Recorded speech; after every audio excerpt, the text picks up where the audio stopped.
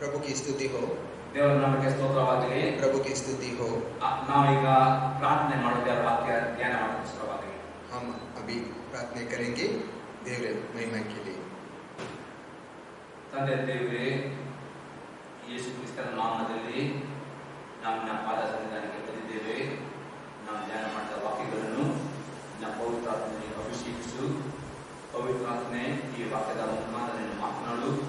ಈ ವಾಕ್ಯಗಳು ಕೇಳುವಂತ ಮಕ್ಕಳಿಗೆ ಈ ವಾಕ್ಯದ ಮುಖಾಂತರ ಅವರ ಆತ್ಮಕ್ಕೆ ಉತ್ತೇಜನ, ಜೀವ, ಪ್ರೋತ್ಸಾಹ, ಭಕ್ತಿಯ ಪ್ರೇರಣೆಯನ್ನು ಉಂಟು ಮಾಡಬೇಕು ನಾನು ಬಿಡುಕೊಳ್ತೇನೆ ಯೇಸು ಕ್ರಿಸ್ತನ ನಾಮದಲ್ಲಿ. ಆಮೆನ್. ಆಮೆನ್. ನಾವೀಗ ಧ್ಯಾನಿಸ್ತೇವೆ ಲೂಕನ ಬರೆದ ಸುವಾರ್ತೆ 17ನೇ ಅಧ್ಯಾಯದಲ್ಲಿ 5 ಮತ್ತು 6ನೇ ವಾಕ್ಯ.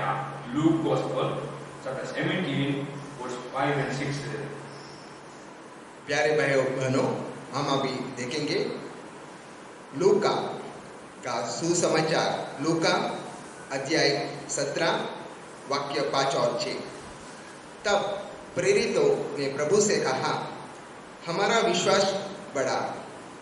प्रभु ने कहा कि यदि तुम को राही के दाने के बराबर भी विश्वास होता तो तुम इस दूध के पेड़ से कहते कि जड़ से उखड़कर समुद्र में लग जा, तो वह तुम्हारी मान लेता। ನಾವು ನೋಡ್ತೇವೆ ಈ ವಾಕ್ಯದಲ್ಲಿ ಅಪೊಸ್ತಲರು ಯೇಸು ಕ್ರಿಸ್ತನ ಹತ್ತಿರ ನಮ್ಮ ನಂಬಿಕೆಯನ್ನು ಹೆಚ್ಚಿಸು ಎಂಬುದಾಗಿ ಕೇಳುವಾಗ ಯೇಸು ಕ್ರಿಸ್ತನವರು ಹೇಳ್ತಾನೆ, ನಿಮಗೆ ಸಾಸಿ ಪಾಲಷ್ಟು ನಂಬಿಕೆ ನಿಮಗಿರುವುದಾದರೆ ನೀವು ಈ ಅತ್ತಿ ಮರಕ್ಕೆ ಬೇರು ಸಮೇತ ಕಿತ್ತುಕೊಂಡು ಹೋಗಿ ಸಮುದ್ರ ಬೀಳುವುದಾದರೆ ಅದು ನಿಮ್ಮ ಮಾತಿನ ಕೇಳುವುದರಲ್ಲಿ ಯೇಸು ಕ್ರಿಸ್ತನಲ್ಲಿ ಹೇಳುತ್ತಾನೆ. हम यहाँ देखते हैं कि जब प्रेरितों ने यीशु से उनका मनोबल बढ़ाने के लिए पूछा तो यीशु क्रिस्त ने कहा कि यदि तुम में वो दूध के पेड़ जैसे इतनी ताकत या तुम में उस राही के दाने के बराबर भी विश्वास होता तो तुम वहाँ दूध के पेड़ को कहते कि यहाँ से उकड़ कर समुद्र में जा, तो वह बात तुम्हारी मान लेता। ಹಾಗಾದರೆ ಈ ವಾಕ್ಯದಲ್ಲಿ ನಾವು ನೋಡ್ತೇವೆ ನಮ್ಮ ನಂಬಿಕೆಯನ್ನು ನಾವು ಹೇಗೆ ಹೆಚ್ಚಿಸಬಹುದು, ಯಾವ ರೀತಿಯಲ್ಲಿ ನಮ್ಮ ನಂಬಿಕೆಯನ್ನು ಅಭಿವೃದ್ಧಿಪಡಿಸುವುದು ಎಂಬುದಾಗಿ ನಾವು ಈ ವಾಕ್ಯದಲ್ಲಿ 10 ಸಂಗತಿಗಳು ನೋಡ್ತೇವೆ. ಈ 10 ಸಂಗತಿಗಳನ್ನು ನಾವು ದಿನಾಲೂ ಮಾಡುವುದಾದರೆ ನಮ್ಮ ನಂಬಿಕೆಯು ಹೆಚ್ಚಲ್ಪಡ್ತದೆ. ನಮ್ಮ ನಂಬಿಕೆ ಹೆಚ್ಚಿದಾಗೆ ನಾವು ಸಹ ನಿಮ್ಮ ಜೀವಿತದಲ್ಲಿರುವ ರೋಗದಿಂದ ನಿಮಗೆ ನಿಮ್ಮ ಪ್ರಾರಂಭವನ್ನು ನಿಮ್ಮ ಅದ್ಭುತಗಳನ್ನು ಹೊಂದಿಕೊಳ್ಳಬೇಕಾದ್ರೆ ನಿಮ್ಮ ನಂಬಿಕೆಯು ದಿನೇ ದಿನೇ ಜಾಸ್ತಿಯಾಗ್ತಾ ಬರಬೇಕು. इस वाक्य से हम पा लेते हैं कि कैसे हम हमारी आत्मविश्वास बढ़ा सकते हैं। प्यारे भाइयों बहनों, हमारी आत्मविश्वास बढ़ाने के लिए हमें इस 10 बातों पर अभ्यास करना आवश्यक है। ಅದರ ಮೊದಲನೇ ಸಂಗತಿಯಾಗಿದೆ ದಿನಾಲೂ अन्य ಭಾಷೆಯಲ್ಲಿ ಪ್ರಾರ್ಥನೆ ಮಾಡುವವರು ಆಗಬೇಕು. सबसे पहली बात यह है कि हम प्रतिदिन अन्य भाषा में बात करें। ನಾವು ನೋಡ್ತೇವೆ ಯೂದನ ಬರೆದ ಪತ್ರಿಕೆ 1ನೇ ಅಧ್ಯಾಯದಲ್ಲಿ 20ನೇ ವಾಕ್ಯ.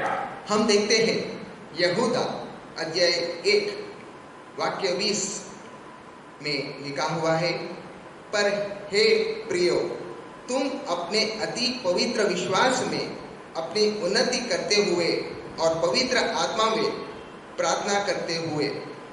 ನಾವು ನೋಡ್ತೇವೆ ಯಾರು ಯೇಸು ಕ್ರಿಸ್ತನಲ್ಲಿ ನಂಬಿಕೆಯಿಡ್ತಾರೋ ಮತ್ತು ಯಾರು ನೀರಿನಲ್ಲಿ ಮುಳುಗಿ ತಂದುಕೊಳ್ಳುತ್ತಾರೋ ಪವಿತ್ರಾತ್ಮನು ಅವರಿಗೆ ನಂಬಿಕೆ ಎಂಬ ವರವನ್ನು ಕೊಟ್ಟಿರುತ್ತಾರೆ. हम देखते हैं जो यीशु क्रिस्त में विश्वास करते हैं पवित्र स्नान के द्वारा उसे यह फल लाभ होता है। ಆ ದೇವರ ಕೊಟ್ಟ ನಂಬಿಕೆಯಿಂದ ಯಾರು ನೀರಿನಲ್ಲಿ ಮುಳುಗಿ ತಂದುಕೊಳ್ಳುವಾಗ ಪವಿತ್ರಾತ್ಮನು ಪ್ರತಿಯೊಬ್ಬರಿಗೆ अन्य ಭಾಷೆಯ ಈ ವರವನ್ನು ಕೊಟ್ಟಿರುತ್ತಾನೆ. हम देखते हैं जब हम उस पवित्र स्नान लेने पर हमें भगवान से, प्रभु से हमें वो पवित्र आत्मा का देन मिलता है। ಆ अन्य ಭಾಷೆಯ ವರವನ್ನು ದಿನಾಲೂ 1 ಗಂಟೆ ಒಬ್ಬ ವಿಶ್ವಾಸಿಯು ಪ್ರಾರ್ಥನೆ ಮಾಡುವುದಾದರೆ ಅವನ ನಂಬಿಕೆಯು ದಿನೇ ದಿನೇ ಅಭಿವೃದ್ಧಿ ಆಗ್ತದೆ. इस वर्ग अन्य भाषा जो जब हम हर दिन कम से कम 1 घंटा उस पर हम आत्मचिंतन करते हैं, उसे हम उपयोग करते हैं, तभी हमारा जो आत्मविश्वास दिन प्रतिदिन बढ़ता जाता है. ಈ ಅನ್ಯ ಭಾಷೆ ಬರವು ಅತಿ ಶ್ರೇಷ್ಠ ಅತಿ ಸ್ಪೆಷಲ್ ಗಿಫ್ಟ್ ಆಗಿದೆ. ಎಷ್ಟು ನೀವು 1 ಗಂಟೆಗಿಂತಲೂ ಎಷ್ಟು ಗಂಟೆ ಪ್ರಾರ್ಥನೆ ಮಾಡ್ತೀರೋ ಅಷ್ಟು ನಿಮ್ಮ ನಂಬಿಕೆಯು ಅದು ಅಭಿವೃದ್ಧಿ ಆಗ್ತದೆ, ಅದು ಹೆಚ್ಚುತ್ತದೆ. ಆ ನಂಬಿಕೆಯಿಂದ ನಿಮ್ಮ ಜೀವಿತದ ಪ್ರತಿಯೊಂದು ಸಮಸ್ಯೆಗೆ, ಪ್ರತಿಯೊಂದು ಬೆಟ್ಟಕ್ಕೆ, ಪ್ರತಿಯೊಂದು ತತ್ತಿ ಮರಕ್ಕೆ ನೀವು ಅಪ್ಪಳಿಕೊಟ್ಟರೆ ಅದು ನಿಮ್ಮಿಂದ ಬಿಟ್ಟು ಹೋಗುತ್ತದೆ. ये वर्ग इतना खास है कि जब हम अन्य भाषा प्रतिदिन हम उसमें बात कर लेते हैं, हमारे यहाँ हमारा जो आत्मविश्वास है वो इतना बढ़ जाता है कि हम अगर पेड़ को भी कहते कि तुम उकड़ कर यहाँ से वहाँ चले जाओ तो वह तुम्हारी बात मानेगी. ಒಂದು ದಿವಸ ಕೆಲವು ನಿಮಗೆ ಈ ಅನ್ಯ ಗಿಫ್ಟ್ ಇಲ್ಲದಿದ್ದರೆ ನೀವು ನೀರಿನಲ್ಲಿ ಮುಳುಗಿದ ಅಂದುಕೊಳ್ಳಿ, ಮತ್ತು ದಿನಾಲೂ ಪ್ರಾರ್ಥನೆ ಮಾಡಿದ್ದೇವರ ಹತ್ರ ದೇವರು ಆತ್ಮನು ನೀರಿನಲ್ಲಿ ಮುಳುಗಿದವರಿಗೆ ಪ್ರತಿಯೊಬ್ಬರಿಗೆ ಈ ಅನ್ಯ ಭಾಷೆ ಗಿಫ್ಟ್ ಕೊಟ್ಟೇ ಕೊಡುವನಾಗಿದ್ದಾನೆ. प्यारे, अगर आपके पास यह वरदान नहीं है तो मैं आपको प्रेरित करता हूँ कि आप जल्द से जल्द यीशु को स्वीकार करके इस पवित्र स्नान लेके आपको यह वरदान प्राप्त होगा. ಎರಡನೇ ಪಾಯಿಂಟ್ ನೋಡ್ತೇವೆ, ದಿನಾಲೂ ದೇವರ ವಾಕ್ಯಗಳನ್ನು ಓದುವವರು ಮತ್ತು ಧ್ಯಾನಿಸುವಾಗ ನಂಬಿಕೆಯು ಅಭಿವೃದ್ಧಿಯಾಗುತ್ತದೆ. ये दूसरी बात हम देखते हैं, प्रतिदिन प्रभु के शब्द को पढ़े और ध्यान करें. जब हम प्रतिदिन प्रभु के शब्द को पढ़ते हैं और ध्यान करते हैं, हमारा आत्मविश्वास बढ़ सकता है. ನಾವು ನೋಡ್ತೇವೆ ಕೊಲೊಸ್ಸೆಯವರಿಗೆ ಬರೆದ ಪತ್ರಿಕೆ 3ನೇ ಅಧ್ಯಾಯದಲ್ಲಿ 16ನೇ ವಾಕ್ಯ.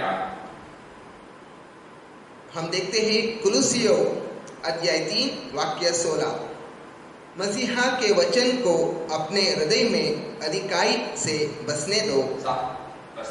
ಇಲ್ಲಿ ನಾವು ನೋಡ್ತೇವೆ, ಕ್ರಿಸ್ತನ ವಾಕ್ಯವು ನಿಮ್ಮ ಹೃದಯದಲ್ಲಿ ಸಮೃದ್ಧಿಯಾಗಿ ವಾಸಿಸುತ್ತದೆ ಎಂದು ಅರ್ಥವಾಗಿದೆ. ಎಷ್ಟು ದೇವರ ವಾಕ್ಯವನ್ನು ಓದಿಕೊಂಡು ಆ ವಾಕ್ಯವು ನಿಮ್ಮ ಮನಸ್ಸಲ್ಲಿ ತುಂಬಲ್ಪಡುವುದಾದರೆ हम देखते हैं हमारे हृदय में अगर मसीह के वचन हमारी हृदय में बस जाता है तो ಆಗ ಪವಿತ್ರಾತ್ಮನು ನಿಮ್ಮಲ್ಲಿ ತುಂಬಲ್ಪಟ್ಟ ಆ ವಾಕ್ಯದ ಶಕ್ತಿಯಿಂದ ನಿಮಗೆ ಬೇಕಾಗುವ ಸಮಯದಲ್ಲಿ ನಿಮಗೆ ನೆನಪಿಗೆ ತರ್ತದೆ. ಆ ವಾಕ್ಯವನ್ನು ಆ ವಾಕ್ಯವು ನೆನಪಿಗೆ ಬರುವಾಗ ನಿಮಗೆ ನಂಬಿಕೆ ಬರುತ್ತದೆ. तब पवित्र आत्मा की शक्ति के द्वारा हमें उस मसीहा के वाक्य, प्रभु के वाक्य हमें ज्ञान आ जाता है. ಒಂದು ವೇಳೆ ನೀವು ವಾಕ್ಯವನ್ನು ಓದದಿದ್ದರೆ, ವಾಕ್ಯ ಧ್ಯಾನ ಮಾಡದಿದ್ದರೆ, ನಿಮ್ಮ ಮನಸ್ಸಲ್ಲಿ ವಾಕ್ಯ ತುಂಬಲ್ಪಡದಿದ್ದರೆ, ನಿಮಗೆ ಅಗತ್ಯತೆಗಳು ಬರುವಾಗ ದೇವರ ಆತ್ಮನು ವಾಕ್ಯವನ್ನು ಜ್ಞಾಪಕಕ್ಕೆ ಆಗುವುದಿಲ್ಲ. अगर हम प्रभु के वचन नहीं पढ़ते, नहीं सुनते, अध्ययन नहीं करते, तो जब हमें प्रभु की जरूरत हो, प्रभु के वाक्य की जरूरत हो, तभी हमें उसे याद करना मुश्किल होता है. ನೀವು ನಂಬಿಕೆ ಇದ್ದೀರಾಗಬೇಕಾ, ನೀವು ನಂಬಿಕೆ ಮಾಡಿದ ಪ್ರಾರ್ಥನೆ ಉತ್ತರ ಸಿಗಬೇಕಾ, ಹಾಗಾದರೆ ದೇವರ ವಾಕ್ಯವನ್ನು ಧ್ಯಾನಿಸುವುದು, ಓದುವುದು ಅತಿ ಅತಿ ಅಗತ್ಯವಾಗಿದೆ. अगर हमें आत्मविश्वास में बल प्राप्त करना हो तो हमें प्रभु का वाक्य ज़्यादा से ज़्यादा पढ़कर उसे ज्ञान करना, अध्ययन करना जरूरी है. ಆವಾಗ ಮಾತ್ರ ಪವಿತ್ರಾತ್ಮನು ನಿಮಗೆ ಆ ವಾಕ್ಯದ ಜ್ಞಾಪಕ ತರುತ್ತಾರೆ. ಆ ಜ್ಞಾಪಕ ತರುವಾಗ ಆ ವಾಕ್ಯದಲ್ಲಿ ನಂಬಿಕೆಯು ಅಡಕವಾಗ್ತದೆ, ಅಲ್ಲಿ ನಿಮ್ಮ ನಂಬಿಕೆಯು ಹೆಚ್ಚಾಗುತ್ತದೆ. उस समय से हम जब मसीहा के वचन पढ़ते जाएंगे, तभी दिन के बाद हमें उस वचन को फिर से याद करने के लिए हमें शक्ति प्राप्त होता है. ಅದೇ ತರ ಇನ್ನೊಂದು ವಾಕ್ಯ ನೋಡುವ ರೋಮಾಪುರದ ಪತ್ರಿಕೆ 10ನೇ ಅಧ್ಯಾಯದಲ್ಲಿ 17ನೇ ವಾಕ್ಯ. हम देखते हैं रोमियो अध्याय 10 वाक्य 17. सो विश्वास सुनने से और सुनना मसीह के वचन से होता है. सो विश्वास सुनने से और सुनना मसीह के वचन से होता है. ಈಗ ನೀವು ಈ ವಾಕ್ಯ ಕೇಳುವಾಗ ಧ್ಯಾನವಿಟ್ಟು ಕೇಳುವಾಗ ನಿಮಗೆ ನಂಬಿಕೆ ಬರುತ್ತದೆ. जब हम ये वाक्य सुनते हैं तभी हमें इस आत्मविश्वास हमारे अंदर उठ जाता है. ಹಾಗೆ ಪವಿತ್ರಾತ್ಮನ ವಾಕ್ಯವನ್ನು ನೆನಪಿಗೆ ತರುವಾಗ ಆ ವಾಕ್ಯ ನಮ್ಮ ಕಿವಿಯಲ್ಲಿ ಕೇಳಲ್ಪಡುತ್ತದೆ, ಆಗ ನಮಗೆ ನಂಬಿಕೆ ಬರುತ್ತದೆ. तब पवित्र आत्मा हमें याद दिलाता है उस वाक्य को, और वह याद आने से हमारे मन में, हमारे हृदय में वाक्य बस जाता है. ಈಗ ಮೂರನೇ ಪಾಯಿಂಟ್ ನೋಡ್ತೇವೆ, ಹೃದಯಪೂರ್ವಕವಾಗಿ ಬೇರೆಯವರ ತಪ್ಪುಗಳನ್ನು ಕ್ಷಮಿಸುವಾಗ. हम तीसरा पॉइंट देखेंगे, अपने पूरे दिल से क्षमा करें. तीसरा पॉइंट, अपने पूरे दिल से क्षमा करें. ಮಾರ್ಕನ ಸುವಾರ್ತೆ 11ನೇ ಅಧ್ಯಾಯದಲ್ಲಿ 25ನೇ ವಾಕ್ಯ. हम देखेंगे मार्कुस अध्याय 11 वाक्य 25. और जब कभी तुम खड़े हुए प्रार्थना करते हो तो यदि तुम्हारे मन में किसी की ओर से कुछ विरोध हो तो क्षमा करो, इसलिए कि तुम्हारा स्वर्गीय पिता भी तुम्हारे अपराध क्षमा करे. ನಾವು ಇಲ್ಲಿ ನೋಡ್ತೇವೆ, ನಿಮ್ಮ ಹೃದಯದಲ್ಲಿ ಯಾರ ಬಗ್ಗೆ ನಿಮಗೆ ನೋವು ಇರುವುದಾದ್ರೆ, ಯಾರ ಬಗ್ಗೆ ನಿಮಗೆ ಕೈ ಭಾವನೆ ಇರುವುದಾದ್ರೆ, ನೀವು ಆ ನೋವನ್ನು ಆ ಕೈ ಭಾವನೆಯನ್ನು, ಅದೇ ಯಾರ ಬಗ್ಗೆ ಅನ್ಯಾಯ ಮಾಡುವುದಾದ್ರೆ, ಯಾರ ಬಗ್ಗೆ ಮೋಸ ಮಾಡುವುದಾದ್ರೆ, ಯಾರ ಬಗ್ಗೆ ಕೆಟ್ಟ ಕೆಟ್ಟ ಮಾತುಗಳನ್ನು ನಿಮ್ಮ ಮೇಲೆ ನಿಮಗೆ ಹೇಳುವುದಾದ್ರೆ ನಿಮಗೆ ನೋವು ಆಗ್ತದೆ. ಆ ನೋವುಗಳನ್ನು ನೀವು ಕೂಡಲೇ ಇಮಿಡಿಯೇಟ್ ನೀವು ಮರೆತು ಬಿಡಬೇಕು. ಮತ್ತು ಆ ವ್ಯಕ್ತಿಗೆ ಅಥವಾ ಅದು ಅನ್ಯ ಬಿಲಿವರಾಗಬಹುದು, ಬಿಲಿವರಾಗಬಹುದು, ಯಾರೇ ಆಗಬಹುದು, ಇಮಿಡಿಯೇಟ್ ಅವರಿಗೆ ನಿಮ್ಮ ಹೃದಯಪೂರ್ವಕವಾಗಿ ಸಮಯವನ್ನು ಕೊಡುವುದು ಅತಿ ಅಗತ್ಯವಾಗಿದೆ.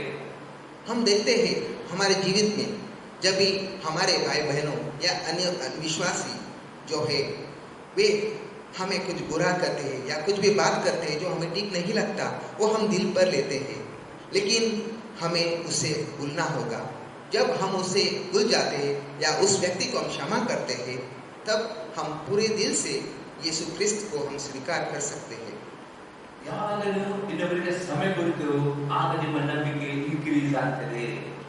जब आप दिल से उस व्यक्ति या उस बात को आप क्षमा करते हो, तभी आपके अंदर जो आत्मविश्वास है वो बढ़ जाता है. ಒಂದು ವೇಳೆ ನೀವು ಆ ವ್ಯಕ್ತಿಗೆ ಆಗ್ಬೋದು, ಒಬ್ಬ ಗಂಡ ಹೆಂಡತಿಗೆ ಸಮಯ ಕೊಡುತ್ತಿದ್ದರೆ, ಹೆಂಡತಿ ಗಂಡನಿಗೆ ಸಮಯ ಕೊಡುತ್ತಿದ್ದರೆ, ಅಥವಾ ತಂದೆ ಮಕ್ಕಳಿಗೆ ಒಬ್ಬರೊಬ್ಬರಿಗೆ ಸಮಯ ಕೊಡುತ್ತಿದ್ದರೆ, ನಿಮ್ಮ ನಂಬಿಕೆಯು 100% ನಂಬಿಕೆಯು ಸಂಪೂರ್ಣ ಜೀರೋವಾಗುತ್ತದೆ. आपके परिवार में भी हो सकता है. अगर आप परिवार के बीच में आप एक दूसरे को जो दिल से आप क्षमा नहीं करोगे, तो ये जो विश्वास है वो आपके वहाँ पूर्ण नहीं हो सकता है. ಅದಕ್ಕೋಸ್ಕರ ಅಪೊಸ್ತಲ ಪೌಲ್ ಹೇಳ್ತಾನೆ, ಎಫೆಸದವರಿಗೆ ಪತ್ರಿಕೆ 4ನೇ ಅಧ್ಯಾಯದಲ್ಲಿ 26 ಮತ್ತು 27ನೇ ವಾಕ್ಯ. ಅಲ್ಲಿದೆ, ನೀವು ಕೋಪ ಮಾಡಬೇಕಾದರೂ ಪಾಪ ಮಾಡಬಾರದು, ಸೂರ್ಯನು ಮುಳುಗಿಂತ ಮುಂಚೆ ನಿಮ್ಮ ಸಿಟ್ಟು ತೀರಲಿ ಮನೆಗೆ ವಾಪಸ್ ಹೇಳ್ತಾನೆ. अपोस्टल पॉल वहाँ यहाँ कहता है कि अगर आपके मन में, आपके दिल में किसी के विरोध दुख हो तो वह दुख, उस दुख को आप शाम से पहले आपको भूल जाना चाहिए. ನೆನಪಿಟ್ಟುಕೊಳ್ಳಿ ಸಹೋದರರೇ, ಒಂದು ವೇಳೆ ಯಾವ ಕಾರಣಕ್ಕಾಗಿ ದುಃಖ ಇಟ್ಟುಕೊಂಡರೆ ನಿಮ್ಮ ನಂಬಿಕೆಯು ಅದು ಜೀರೋ ಆಗ್ತದೆ, ನಿಮ್ಮ ಪ್ರಾರ್ಥನೆ ಉತ್ತರ ಕೊಡುವುದಿಲ್ಲ, ನಿಮ್ಮ ರೋಗ ಗುಣವಾಗುವುದಿಲ್ಲ, ನಿಮಗೆ ಯಾವ ಬಿಡುಗಡೆ ಆಗುವುದಿಲ್ಲ. ಅದಕ್ಕೋಸ್ಕರವಾಗಿ ನೀವು ನಂಬಿಕೆ ಬೀಡು ಹಾಕಬೇಕಾ, ನಿಮ್ಮ ನಂಬಿಕೆಯಲ್ಲಿ ಮಾಡಿದ ಪ್ರಾರ್ಥನೆ ಉತ್ತರ ಕೊಡಬೇಕಾ, ಆದರೆ ನಿಮ್ಮ ಹೃದಯ immediate, very fast, quick and fast, ನೀವು ಎಷ್ಟೇ ನೋವಾದರೂ ಸಹ ಇಮಿಡಿಯೇಟ್ ಆ ವ್ಯಕ್ತಿಯನ್ನು ಯೇಸು ಹೆಸರಲ್ಲಿ ಅವರಿಗೆ ಸಮಯ ಕೊಡಬೇಕು. प्यारे भाइयों बहनों, अगर आपके दिल में अगर किसी व्यक्ति या किसी इंसान के द्वारा आपको कुछ दुख पहुंचा हुआ हो तो आपको उनको तुरंत क्षमा देना चाहिए, क्योंकि जब तक आप उसको क्षमा नहीं करते आपके वहाँ वो आत्मविश्वास नहीं बढ़ेगा। लेकिन जब आप पूर्ण रीति से उसे क्षमा कर लेते हो तब आपका वहाँ जो आत्मविश्वास है वो पूरी तरह से बढ़ जाता है। ಈಗ ನಾವು 4ನೇ ಪಾಯಿಂಟ್ ನೋಡ್ತೇವೆ, ದೇವರ ವಾಗ್ದಾನಗಳನ್ನು ನಿರಂತರವಾಗಿ ಬಾಯಿಂದ ಮಾತನಾಡುತ್ತಾ ಇರಬೇಕು. हम चौथे पॉइंट देखते हैं, प्रतिदिन प्रभु के वादों को स्वीकार करें. ಮಾರ್ಕನ ವರ್ಷವಾರ್ತೆ 11ನೇ ಅಧ್ಯಾಯದಲ್ಲಿ 23ನೇ ವಾಕ್ಯ. मार्कुस अध्याय 11 वाक्य 23, मैं तुमसे सच कहता हूँ कि जो कोई इस पहाड़ से कहे कि तू उकड़ जा और समुद्र में जा पड़ और अपने मन में संदेह न करे वरन प्रतीति करे कि जो कहता हूँ वह हो जाएगा तो उसके लिए वही होगा. ಇಲ್ಲಿ ಯೇಸು ಕ್ರಿಸ್ತನೇ ನಿಮಗೆ ನಂಬಿಕೆ ಇರಲಿ, ನೀವು ಈ ಬೆಟ್ಟಕ್ಕೆ ಅಂದರೆ ನಿಮ್ಮ ಜೀವಿತದಲ್ಲಿ ರೋಗ ಎಂಬ ಬೆಟ್ಟ ಇರಬಹುದು, ಕಷ್ಟ ಎಂಬ ಬೆಟ್ಟ ಇರಬಹುದು, ಚಿಂತೆ ಎಂಬ ಬೆಟ್ಟ ಇರಬಹುದು, ಸಾಲ ಎಂಬ ಬೆಟ್ಟ ಇರಬಹುದು, ಆ ಬೆಟ್ಟಕ್ಕೆ ನೀವು यहाँ मसीहा कहते हैं कि उस वो पर्वत हो सकता है, आपको जो आरोग्य की समस्या हो, चिंतित का पर्वत हो या कोई भी ऐसा आपका पर्वत हो, आपके ಆ ಪರ್ವತವನ್ನು ನೋಡಿ ಅದಕ್ಕೆ ಸರಿಯಾಗಿ ದೇವರ ವಾಕ್ಯವನ್ನು ಅಥವಾ ದೇವರ ವಾಗ್ದಾನವನ್ನು ಕೋಟ್ ಮಾಡಿ ಆ ನಿಮ್ಮ ಬೆಟ್ಟಕ್ಕೆ, ಆ ನಿಮ್ಮ ಸಮಸ್ಯೆಗೆ, ಆ ನಿಮ್ಮ ರೋಗಕ್ಕೆ ಕಂಟಿನ್ಯೂಸ್ ನಿರಂತರವಾಗಿ ನೀವು ಮಾತನಾಡುತ್ತಾ ಇರುವಾಗ ಆ ಬೆಟ್ಟ, ಆ ರೋಗ, ಆ ಸಮಸ್ಯೆ ತಾನೇ ಅದು ಬಿದ್ದು ಹೋಗ್ತದೆ, ಅದು ಮಾಯವಾಗ್ತದೆ, ನಿಮಗೆ ಬಿಡುಗಡೆ ಬರುತ್ತದೆ. लेकिन जब आप उस पर्वत के सामने आप प्रभु का वचन आप पढ़ते हो, उसे आप ध्यान करते हो, बार बार आप कहते हो, तभी उस पर्वत आपकी चिंता हो सकता है, आपकी जो भी आरोग्य की जो समस्या हो सकता है वो सब गिर जाती है, नाश हो जाती है. ಇಲ್ಲಿ ಒಂದೇ ದಿನದಲ್ಲಿ ಮಿರಾಕಲ್ ಆಗ್ತದೆ ಅಂತ ಹೇಳಿ ಯೇಸು ಕ್ರಿಸ್ತರು ಹೇಳಿಲ್ಲ. ಅದೇ ಕಂಟಿನ್ಯೂಸ್ ಆಗಿ ನಿರಂತರವಾಗಿ ನೀವು ಆ ಬೆಟ್ಟವನ್ನು ನೋಡಿದೆ, ಆ ಸಮಸ್ಯೆ ನೋಡಿದೆ, ನಿರಂತರ ಕಂಟಿನ್ಯೂಸ್ ಆಗಿ ಆ ಬೆಟ್ಟ, ಆ ಸಮಸ್ಯೆ ನಿಮ್ಮಿಂದ ಬಿಟ್ಟು ಹೋಗೋ ತನಕ ನೀವು ಬೆಟ್ಟವನ್ನು, ಆ ಸಮಸ್ಯೆಯನ್ನು ಮಾತನಾಡದೆ ಅದಕ್ಕೆ ಬದಲಾಗಿ ಕಂಟಿನ್ಯೂಸ್ ಆಗಿ ದೇವರ ವಾಕ್ಯವನ್ನು ಮಾತನಾಡ್ತಾ ಇರಬೇಕು. ಆಗ ಮಾತ್ರ ಆ ನಂಬಿಕೆಯು ಕಾರ್ಯ ಮಾಡುತ್ತದೆ. भाइयों बहनों, ये एक दिन में कोई चमत्कार नहीं हो सकता है, लेकिन जब आप प्रतिदिन आप प्रभु का वचन आप ध्यान करते हो, पढ़ते हो और आपकी समस्या को, आपकी जो परिस्थिति को न देखते हुए, उस का पर्वत को आप न देखते हुए जब आप निरंतर आप यीशु के वचन में आप मग्न हो जाते हैं, तभी वो पर्वत अपने आप गिर जाती है. ಕೆಲವರು ಒಂದು ದಿನ, ಅದೇ 2 ದಿನ ಅಥವಾ 3 ದಿನ ದೇವರ ವಾಕ್ಯವನ್ನು ಮಾತನಾಡುತ್ತಾರೆ. 4 ದಿನ, 5 ದಿನ, 6 ದಿನ ಅವರ ಸಮಸ್ಯೆಯನ್ನೇ, ಅವರ ರೋಗವನ್ನೇ, ಡಾಕ್ಟರ್ ರಿಪೋರ್ಟನ್ನೇ ಮಾತನಾಡ್ತಾರೆ. ಹಾಗೆ ಮಾಡಿದರೆ ಮಿರಾಕಲ್ ಆಗುವುದಿಲ್ಲ. ऐसा होता है कि कभी कभी लोग 1 दिन या 2 दिन या 3 दिन प्रभु के वचन पढ़ते हैं, लेकिन फिर बाद में वो जो भी है उनके सामने समस्या है, वो समस्या की बात ही कर लेते हैं, तभी उसमें वहाँ उनके बीच में कोई इलाज नहीं होता है, कोई उनको चंगाई प्राप्त नहीं होता है. ಇಲ್ಲಿ ಯೇಸು ಕ್ರಿಸ್ತನು ಮೆಡಿಸಿನ್ ತೆಗೆದುಕೊಳ್ಳಪ್ಪ ಅಂತ ಹೇಳುವುದಿಲ್ಲ, ಮೆಡಿಸಿನ್ ತೆಗೆದುಕೊಳ್ಳೋದು ತಪ್ಪಿಲ್ಲ. ಆದರೆ ನಿಮ್ಮ ಭರವಸೆ ಮೆಡಿಸಿನ್ ಮೇಲಲ್ಲ, ನಿಮ್ಮ ಭರವಸೆ ಡಾಕ್ಟರ್ ಮೇಲಲ್ಲ, ನಿಮ್ಮ ಭರವಸೆ ದೇವರ ವಾಕ್ಯದ ಮೇಲೆ, ದೇವರ ವಾಗ್ದಾನ ಮೇಲೆ. ಆ ವಾಗ್ದಾನ ಮೇಲೆ ನೀವು ಭರವಸೆ ಇಟ್ಟುಕೊಂಡು ಮೆಡಿಸಿನ್ ತೆಗೆದುಕೊಳ್ಳುವಾಗ ಕಂಟಿನ್ಯೂಸ್ ಆ ವಾಗ್ದಾನ ಮಾತನಾಡುತ್ತಾರೆ. ಆ ಮೆಡಿಸಿನ್ ಕಾರ್ಯವಾಗುತ್ತದೆ. ಆ ರಿಪೋರ್ಟ್ ನೆಗೆಟಿವ್ ರಿಪೋರ್ಟ್ ಅದು ನಾರ್ಮಲ್ ಬರೋದಕ್ಕೆ ಕಾರ್ಯವಾಗುತ್ತದೆ. जब आपकी तबीयत की कोई समस्या होता है तभी आपको दवाई के बारे में नहीं बात करना है, आपको आपकी बीमारी के बारे में नहीं बात करना है, आपको केवल प्रभु के वचन को आपको ध्यान करना है. कोई आपको बात करना है, उसी भाषा में आपको बात करना है, तभी अपने आप आपकी वहाँ जो बीमारी है आप चला जाता है, आप चंगाई पाते हो। ಅಷ್ಟೇ ಪ್ರಾರ್ಥನೆ ಮಾಡುವಾಗ ಸಹ ಆ ವಾಗ್ದಾನ ಎತ್ಕೊಂಡು ಪ್ರಾರ್ಥನೆ ಮಾಡಬೇಕು. ದೇವರಿಗೆ ವಾಗ್ದಾನ ಜ್ಞಾಪಕ, ದೇವ ಇದು ನನ್ನ ಪ್ರಾಮಿಸ್, ಇದು ನನ್ನ ವಾಕ್ಯ, ನಾನು ನಂಬುತ್ತೇನೆ, ನಾನು ಇದನ್ನು ಮಾತನಾಡಿದ್ದೇನೆ, ಅದೇ ಪ್ರಕಾರ ನೀನು ಕಾರ್ಯ ಮಾಡಬೇಕು ಎಂಬುದನ್ನು ಆ ವಾಗ್ದಾನ ಎತ್ಕೊಂಡು ಯೇಸು ಕ್ರಿಸ್ತನಲ್ಲಿ ಪ್ರಾರ್ಥನೆ ಸಹ ಮಾಡಬೇಕು. ಅಲ್ಲಿ ಆ ನಂಬಿಕೆ ಮಾಡೋ ಪ್ರಾರ್ಥನೆಯು ಕಾರ್ಯವಾಗ್ತದೆ. आपके जीवित में जब भी प्रभु ने जो भी आपको ये वचन दिया है, उस वचन को आपको याद करना है कि आपकी यहाँ क्या समस्या है, आपको उसे याद नहीं करना है। और जब आप प्रभु ने दिया हुआ वचन आप बार बार आप बात करते हो, उसे आप दोहराते हो, तभी वो वचन आपके जीवित में एक बार काम कर लेता है। ಈಗ ನಾವು ಐದನೇ ಪಾಯಿಂಟ್ ನೋಡ್ತೇವೆ, ಎಲ್ಲ ಭಾರವನ್ನು ಮತ್ತು ಅಂಟಿಕೊಳ್ಳುವ ಪಾಪವನ್ನು ತೆಗೆದು ಹಾಕಬೇಕು. हम पांचवा पॉइंट देखते हैं, अपने जीवन से पाप को हटा दे। अपने जीवन से पाप को हटा दे। Now the Hebrew chapter 12 verse 1 and 2 verses. इब्रानियों अध्याय 12 वाक्य 1 और 2। इस कारण जबकि गवाहों का ऐसा बड़ा बादल हमको घेरे हुए, तो आओ हर एक रोकने वाली वस्तु और उलझाने वाले पाप को दूर करके वहाँ दौड़ जिसमें हमें दौड़ना है, धीरज से दौड़े और विश्वास के कर्ता और सिद्ध करने वाले यीशु की और ताकते रहे, जिसने उस आनंद के लिए जो उसके आगे धरा था, लज्जा की कुछ चिंता न करके क्रूस का दुख सहा और सिंहासन पर परमेश्वर के दाहिने जा बैठा। ಇಲ್ಲಿ ಅಪೊಸ್ತಲ ಪೌಲ್ ಹೇಳ್ತಾನೆ, ಆದ ಕಾರಣ ಇಷ್ಟು ಮಂದಿ ಸಾಕ್ಷಿಯರು ಮೇಘದೋಪಾದಿ ನಮ್ಮ ಸುತ್ತಲೂ ಇರುವುದರಿಂದ ಇದರ್ಥವಾಗಿದೆ, ನಮ್ಮ ಪೂರ್ವಿಕರಾದ ಡೇವಿಡ್, ಅಬ್ರಹಾಮು, ಸಾಮುವೇಲ್ ಅವರೆಲ್ಲರೂ ನಂಬಿಕೆಯ ವೀರರಾಗಿದ್ದರು. ಕಡೆ ತನಕ ಅವ್ರ ನಂಬಿಕೆಯನ್ನು ಕಾಪಾಡಿಕೊಂಡರು, ಅವ್ರ ನಂಬಿಕೆಯಿಂದ ವಾಗ್ದಾನ ಪಡೆದುಕೊಂಡರು, ನಂಬಿಕೆಯಿಂದ ಸಿಂಹದ ಬಾಯನ್ನು ಕಟ್ಟಿದ್ರು, ನಂಬಿಕೆಯಿಂದ ಬೆಂಕಿಯ ಬಲವನ್ನು ಆರಿಸಿದ್ರು. ಈ ರೀತಿ ಆ ನಂಬಿಕೆ ವೀರರಾಗಿದ್ದರು. ಕಡೆ ತನಕ ನಂಬಿಕೆ ಕಾಪಾಡಿಕೊಂಡು ಸತ್ತು ಈಗ ಪರಲೋಕದಲ್ಲಿ ಜೀವದ ಸಾಕ್ಷಿಗಳು ಇರುವುದರಿಂದ ಎಂಬುದಕ್ಕೆ ಅಪೊಸ್ತಲ ಹೇಳುತ್ತಾನೆ.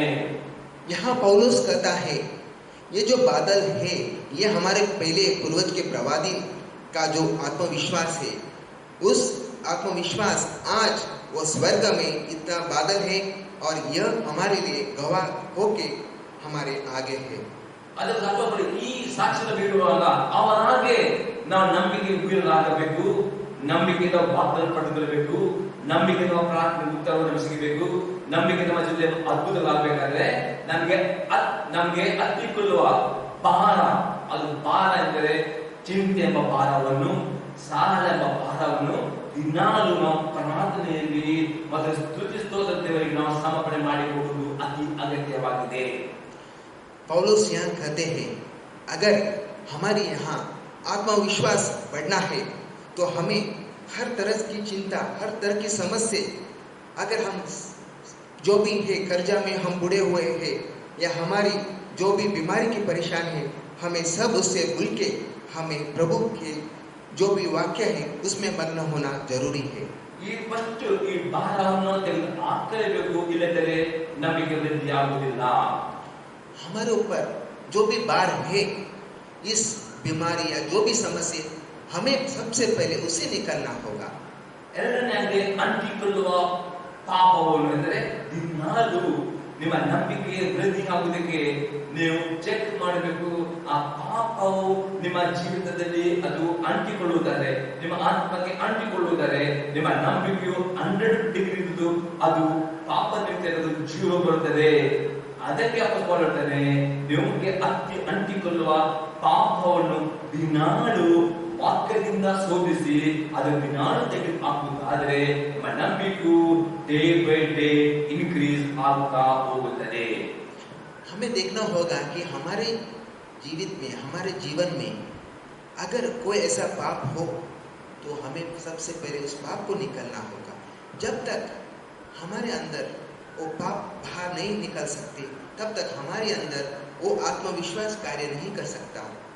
ಅನೇಕರು ಜೀವಿತದಲ್ಲಿ ಯಾಕೆ ಅದ್ಭುತವಾಗುವುದಿಲ್ಲ, ಯಾಕೆ ರೋಗವಾಗುವುದಿಲ್ಲ, ರೋಗ ಗುಣವಾಗುವುದಿಲ್ಲ, ಯಾಕೆ ಸಾಧ್ಯಪಡಿಸುವುದಿಲ್ಲ? ಯಾಕೆಂದ್ರೆ ಅವರು ತಮ್ಮ ಚಿಂತಾಭಾರವನ್ನು ದಿನಾಲು ಪ್ರಾರ್ಥನೆಯೊಡನೆ ದೇವರಿಗೆ ಕೊಡುವುದಿಲ್ಲ. ಅಷ್ಟೇ ಅಲ್ಲದೆ ಅವರು ತಮ್ಮ ಜೀವಿತದಲ್ಲಿ ಇದ್ದ ಪಾಪವನ್ನು ತೆಗೆದು ಹಾಕುವುದಿಲ್ಲ. ಅದಕ್ಕೋಸ್ಕರ ಅವರ ನಂಬಿಕೆ ವೃದ್ಧಿ ಆಗುವುದಿಲ್ಲ. हमारे बीच में ऐसे बहुत से लोग हैं जिनका जो बीमारी से चंगाई नहीं पाते हैं, अन्य समस्याओं से चिंता हो या कोई भी समस्या से वे चंगाई नहीं पाते। इसी यह कारण है कि वो वचन के द्वारा या प्रार्थना के द्वारा हमारा जो भी हमारे समस्या है वो प्रार्थना के द्वारा नहीं रखते। ಹಾಗಾದ್ರೆ ಪ್ರಿಯರೇ, ನಿಮ್ಮ ನಂಬಿಕೆ ಕಾರ್ಯವಾಗಬೇಕಾ? ದಿನಾಲು ನಿಮಗೆ ಯಾವುದೇ ಭಾರ ನಿಮ್ಮ ಮೇಲೆ ಇದ್ದರೆ ಅದು ತೆಗೆದುಹಾಕಿ ಅದರ ಪಾಪವನ್ನು ತೆಗೆದು ಬಿಡಿ. ಎರಡು ಸಂಗತಿ ಮಾಡುತ್ತಾರೆ. ನಿಮ್ಮ ನಂಬಿಕೆಯು ಡೇ ಬೈ ಡೇ ಇನ್ಕ್ರೀಸ್ ಆಗ್ತದೆ, ಆ ನಂಬಿಕೆ ಕಾರ್ಯ ಮಾಡುತ್ತದೆ. यारे आपके ऊपर जो भी बार हो सकता है वो बीमारी या समस्या की, उससे आपको पहला निकालना है। आपका जो भी जीवित में जो भी कठिनाई है वो आपके आत्मिक जीवित को परेशान करते हो, तो आपको सबसे पहले उसे निकालना है। ಈಗ ಆರಂಭ ನಾವು ಅತ್ಯ ಆಸಕ್ತಿಯಲ್ಲಿ ಪ್ರಾರ್ಥಿಸುವವರು ಆಗಬೇಕು. हम अभी छठा पॉइंट देखते हैं, दृढ़ संकल्प से प्रार्थना करें। ಮತ್ತೆ ಸುವಾರ್ತೆ 15ನೇ ಅಧ್ಯಾಯದಲ್ಲಿ 21ರಿಂದ 28 ವಾಕ್ಯ. मत्ती अध्याय 15 वाक्य 21 से लेके 28 तक। यीशु वहां से निकलकर सूर और सैदा के देशों की ओर चला गया, और देखो उस देश से एक कनानी स्त्री निकली और चिल्लाकर कहने लगी, हे प्रभु, दाऊद के संतान, मुझ पर दया कर, मेरी बेटी को दुष्ट आत्मा बहुत सता रहा है। पर उसने कुछ उत्तर न दिया, और उसके चेलों ने आकर उससे विनती कर कहा, इसे विदा करें, क्योंकि वह हमारे पीछे चिल्लाती आती है। उसने उत्तर दिया कि इज़राइल के घराने की कोई भेड़ों को चोड़ में किसी के पास नहीं भेजा गया। पर वह आई और उसे प्रणाम करके कहने लगी, हे प्रभु, मेरी सहायता कर। उसने उत्तर दिया कि लड़कों की रोटी लेकर कुत्तों के आगे डालना अच्छा नहीं। उसने कहा, सत्य है प्रभु, पर कुत्ते भी वह चूरचार खाते हैं जो उनके स्वामियों की मेज से गिरते हैं। इस पर यीशु ने उसको उत्तर देकर कहा कि ए स्त्री, तेरा विश्वास बड़ा है, जैसा तू चाहती है तेरे लिए वैसा ही हो। और उसकी बेटी उस घड़ी से चंगाई हो गई। ಈ ಸಾಮಿ ಬರ್ತೇವೆ, ಈ ಸ್ತ್ರೀಯು ಯೇಸು ಕ್ರಿಸ್ತನ ಹತ್ತಿರ ಪ್ರಾರ್ಥನೆ ಮಾಡುತ್ತಾರೆ, ತನ್ನ ಮಗಳಿಗೆ ಗುಣವಾಗಬೇಕು ಎಂಬುದಾಗಿ. ಇಲ್ಲಿ ಪ್ರಾರ್ಥನೆ ಮಾಡುವಾಗ ಕೂಡಲೇ ಅವಳ ಪ್ರಾರ್ಥನೆ ಯೇಸು ಕ್ರಿಸ್ತ ಕೊಡುವುದಿಲ್ಲ. ಒಂದಲ್ಲ, ಎರಡಲ್ಲ, ಮೂರಲ್ಲ, 5 ಬಾರಿಯೂ ಅವಳ ಪ್ರಾರ್ಥನೆಯು ರಿಜೆಕ್ಟ್ ಆಗ್ತದೆ. ಯೇಸು ಕ್ರಿಸ್ತನ ಪ್ರಾರ್ಥನೆ ಉತ್ತರ ಕೊಡುವುದಿಲ್ಲ. ಆದರೂ ಆ ಸ್ತ್ರೀಯು ತನ್ನ ಪ್ರಾರ್ಥನೆ ಬಿಡಲಿಲ್ಲ. ಯಾಕೆ? ಆ ಸ್ತ್ರೀ ಗೊತ್ತಿತ್ತು, ತನ್ನ ಮಗನಿಗೆ ಸೌಖ್ಯ ಕೊಡುವವನು ಡಾಕ್ಟರ್ ಅಲ್ಲ, ಯೇಸು ಒಬ್ಬನೇ ಎಂಬುದಾಗಿ. हम देखते हैं इस कनानी स्त्री यीशु मसीह के पास आती है, और एक बार नहीं 3, 4, 5 बार उसकी बेटी के लिए यीशु मसीह को अनुरोध करती है कि मेरी बेटी को चंगा करो। लेकिन उन्होंने जब तक यीशु मसीह ने उसे चंगा नहीं किया, उसकी बेटी को तब तक वहां से नहीं चली। ಹಾಗಾದರೆ ಪ್ರಿಯರೇ, ನಿಮ್ಮ ರೋಗಗಳು ಗುಣವಾಗಬೇಕಾ? ರೈತರಿಗೆ ಪ್ರಾರ್ಥನೆ ಮಾಡುವಾಗ ಅವರ ಪ್ರಾರ್ಥನೆ ಉತ್ತರ ಬರಬೇಕಾ? ಆದರೆ ಎಲ್ಲಿ ಬಿಡದೆ ಇಲ್ಲಿ ಯೇಸು ಕ್ರಿಸ್ತ ಹೇಳಿಲ್ಲ, ಪ್ರಾರ್ಥನೆ ಮಾಡಿದ ಕೂಡಲೇ ಉತ್ತರ ಕೊಡುತ್ತೇನೆ ಯೇಸು ಕ್ರಿಸ್ತನು ಹೇಳುವುದಿಲ್ಲ. ಉಪವಾಸ ಮಾಡಿ ಕೂಡಲೇ ಮಿರಾಕಲ್ ಆಗ್ತದೆ ಯೇಸು ಕ್ರಿಸ್ತ ಹೇಳುತ್ತಿಲ್ಲ. ಯೇಸು ಕ್ರಿಸ್ತನು ಕಡೆ ತನಕ ನಿಮ್ಮ ನಂಬಿಕೆಯನ್ನು ನೋಡುತ್ತಾನೆ. ಆ ನಂಬಿಕೆಯನ್ನು ಟೆಸ್ಟ್ ಮಾಡುವಾಗ ಲಾಸ್ಟ್ ತನಕ ಎಡೆ ಬಿಡದೆ ನಂಬಿಕೆಯಲ್ಲಿ ಪ್ರಾರ್ಥನೆ ಮಾಡುವುದರ ಮಾತ್ರವೇ ಆ ನಂಬಿಕೆ ಯೇಸು ನೋಡಿ ನಿಮ್ಮ ನಂಬಿಕೆ ಹಾಗೆ ನಿಮ್ಮ ಪ್ರಾರ್ಥನೆಗೆ ಉತ್ತರ ಕೊಡುವವನಾಗಿದ್ದಾನೆ. प्यारे, हम देखते हैं अगर हमें हमारे प्रार्थना के जवाब हम चाहते हैं तो एक बार दो बार नहीं, हम लगातार यीशु मसीह के वहाँ प्रार्थना करना चाहिए। और लगातार जब हम प्रार्थना करते हैं हमारे और यीशु क्रिस्त का वचन होता है, तभी हमारा वहाँ कुछ कार्य हो सकता है। ಇಲ್ಲಿ ನಾವು ಸ್ಪೆಸಿಫಿಕ್ 26, 27, 28 ವಾಕ್ಯ ನೋಡ್ತೇವೆ. ಅಲ್ಲಿ ಆ ಯೇಸು ಕ್ರಿಸ್ತನು ಆ ಸ್ತ್ರೀಗೆ ನಾಶಕನೇ ಮಕ್ಕಳು ತಿನ್ನೋ ರೊಟ್ಟಿಯನ್ನು ತಕ್ಕೊಂಡು ನಾಯಿ ಮರಿಗಳಿಗೆ ಹಾಕುವುದು ಸರಿಯಲ್ಲ ಎಂದು ಉತ್ತರ ಕೊಡಲು ಆಕೆ, ಸ್ವಾಮಿ ಆ ಮಾತು ನಿಜವೇ. ನೋಡಿ, ಅಲ್ಲಿ ಯೇಸು ಕ್ರಿಸ್ತನು ಅಷ್ಟು ಒಂದು ಆ ಸ್ತ್ರೀಗೆ ಮಕ್ಕಳು ತಿನ್ನೋ ರೊಟ್ಟಿಯನ್ನು ನಾಯಿ ಮರಿಗೆ ಹಾಕುವುದು ಅದು ಸರಿಯಲ್ಲ ಎಂದು ಉತ್ತರ ಕೊಡುವಾಗ ಆಕೆ ಆ ಮಾತು ನಿಜವೇ. हम देखते हैं वाक्य 26, 27 और 28 में जब यीशु मसीह कहता है कि ये जो हम डालते हैं खाने के लिए कुत्तों को, माफ कीजिए, हम जो डालते हैं खाने के लिए बच्चों को, यह कुत्तों को नहीं दे सकते। तब वो कनानी स्त्री उस बात को स्वीकार करती है, उसे इनकार नहीं करती है। ನಾನು ಇನ್ಸ್ಟಾಂಟ್ ಅಂತ ಮಾಡಿದ್ರೆ ಅದರ ಅರ್ಥ ಯೇಸು ಕ್ರಿಸ್ತ ಸ್ತ್ರೀಗೆ ನಾಯಿ ಮರಿಗೆ ಕಂಪೇರ್ ಮಾಡ್ತಾನೆ. ಅವಳಿಗೆ ಕೋಪ ಬರಬೇಕಿತ್ತು, ಅವಳು ಯೇಸು ಕ್ರಿಸ್ತನ ಬೈಯಬೇಕಿತ್ತು, ಆದ್ರೂ ಅವಳು ಬೈಯುವುದಿಲ್ಲ. ಅವಳು ನಾಯಿ ಮರಿಗೆ ಆಕೆ ತನ್ನ ಕಂಪೇರ್ ಮಾಡ್ತಾರೆ, ಅದು ತಗ್ಗಿಸ್ಕೊಳ್ತಾರೆ. ಮತ್ತು ಅವಳು 27 ವರ್ಷದಲ್ಲಿ ನಾಯಿ ಮರಿಗಳಂತೂ ತಮ್ಮ ಯಜಮಾನರ ಬೇಜಿನಿಂದ ಬೀಳುವ ರೊಟ್ಟಿಯ ತುಂಡುಗಳನ್ನು ತಿನ್ನುತ್ತಾವಲ್ಲ ಅಂದಳು. हम देखते हैं यहाँ उस कनानी स्त्री को, जो कि उसको उसके लिए एक अपमान है, क्योंकि बच्चों का जो तुलना है कुत्तों से किया गया, फिर भी वो कनानी स्त्री उसे स्वीकार करती है और कहती है, ये प्रभु, हम ये जानती हूँ, लेकिन यह भी सच है कि मालिक जो खाता है मेज पर, वो गिरा हुआ जो है वो कुत्तों को अधिकार है खाने के लिए। ಆ ಉತ್ತರ ಹೇಳಿದ ನಂತರ 28 ನಲ್ಲಿ ಯೇಸು ಆಗ ಯೇಸು ಆಕೆ, ಅಮ್ಮ ನಮಗೆ ಬಹಳ ನಿನ್ನ ಮನಸ್ಸಿನಂತೆ ಆಗಲಿ ಉತ್ತರ ಕೊಟ್ಟನು. ಅದೇ ಗಳಿಗೆಯಲ್ಲಿ ಆಕೆಯ ಮಗಳು ಸ್ವಸ್ಥರಾದರು. ಇಲ್ಲಿ ಆ ಸ್ತ್ರೀಯು ಆಕೆಯು ಈ ಮಾತುಕತೆ ಅವಳು ತನ್ನನ್ನು ನಾನೇ ಕಂಪೇರ್ ಮಾಡ್ತಾಳೆ. ಅದು ನಿಜವೇ, ಅದು ಮೇಲಿಂದ ಬೀಳುವ ತಿಂತವಳ ಅಂತ ಅವಳು ಒಪ್ಪಿಕೊಳ್ಳುತ್ತಾಳೆ. ಅವಳು ಹೇಳುತ್ತಾರೆ ಅವಳಲ್ಲಿ ತನ್ನ ನಾಯಕನಿಗೆ ಕಂಪೇರ್ ಮಾಡ್ತಾಳೆ. ಮತ್ತು ಆ ನಾಯಕನಿಯಾಗಿ ಆ ಮೇಲ್ಬಿಟ್ಟು ತನ್ನ ತಿಂತಿಂದ ಅಷ್ಟು ತಗ್ಗಿಸಿಕೊಳ್ಳುವಾಗ ಯೇಸು ಅಮ್ಮ ನಿನ್ನ ನಂಬಿಕೆ ಬಹಳ ನಂಬಿದಂತೆ ನಿನಗೆ ಆಗಲಿ. हम 28 वाक्य में देखते हैं यीशु मसीह फिर कहता है, ये स्त्री, आपका जो विश्वास है मैंने देखा है, सच्चाई में आपका विश्वास बड़ा है। क्योंकि जो तुलना यीशु मसीह ने बच्चों से और कुत्तों से कहा वो उन्होंने स्वीकार की, लेकिन उन्होंने वो कुत्तों का अधिकार उन्होंने यीशु मसीह को पूछा है और यीशु क्रिस्त ने उसे नकार करने से, इनकार करने से वे बच नहीं सके और उन्होंने कहा, हाँ जी स्त्री, आपका जो विश्वास है वो बड़ा है। ಆನಂದದಲ್ಲಿ ಪ್ರಿಯರೇ, ನಿಮ್ಮ ಪ್ರಾರ್ಥನೆ ಉತ್ತರ ಬರಬೇಕಾದ್ರೆ, ನಿಮ್ಮ ಪ್ರಾರ್ಥನೆಯಲ್ಲಿ ದೇವರು ಕಣ್ಣು ತೋರಿಸಬೇಕಾದ್ರೆ, ಮಿರಾಕಲ್ ಮಾಡಬೇಕಾದ್ರೆ, ನಿಮಗೆ ಸಾಲ ಬಿಡಲಾಗಬೇಕಾದ್ರೆ, ನಿಮ್ಮ ರೋಗಗಳು ಅಥವಾ ಬೇರೆಯವರು ಗುಣವಾಗಬೇಕಾದ್ರೆ, ಇದೇ ರೀತಿಯಾಗಿ ತಾಳ್ಮೆಯಿಂದ ನಂಬಿಕೆ ಬಿಡದೆ ಕಡೆ ತನಕ ನಿಮ್ಮನ್ನ ತಪ್ಪಿಸಿಕೊಂಡು ನಂಬಿಕೆಯಿಂದ ಪ್ರಾರ್ಥನೆ ಮಾಡೋದಾದ್ರೆ ನಿಮ್ಮ ನಂಬಿಕೆ ಡಾಕ್ಟರ್ ಮೇಲಲ್ಲ, ನಿಮ್ಮ ನಂಬಿಕೆ ಯೇಸು ನೀಡುತ್ತಾರೆ.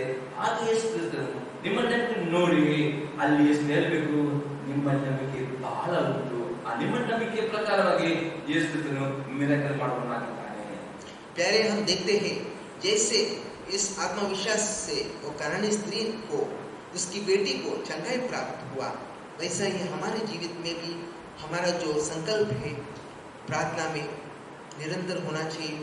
एक बार नहीं, दो बार नहीं, हमें यीशु मसीह के वहाँ हमारा जो भी समस्या है हमें वचन के द्वारा हमें उसे प्रकट करना है, तभी हमारा जीवित में भी वही चमत्कार हो सकता है। हम भी चंगाई पा सकते हैं। ಈಗ ಏನನ್ನು ನೋಡ್ತೇವೆ, ದೇವರ ಆಜ್ಞೆಗಳನ್ನು ಕೈಕೊಂಡು ನಡೆಯುವವರಾಗಬೇಕು. हम 7वां पॉइंट देखते हैं, आज्ञा पालन करना, प्रभु के आज्ञा पालन करना। ನಾನು ಆದಿಕಾಂಡ ಪುಸ್ತಕ 22ನೇ ಅಧ್ಯಾಯದಲ್ಲಿ 1ರಿಂದ 14, ಅದು ಈಗ ನಾವು ಓದುತ್ತೇವೆ. 1 to 3 ಫಸ್ಟ್ ಓದಿ, another 9 to 14 वर्स.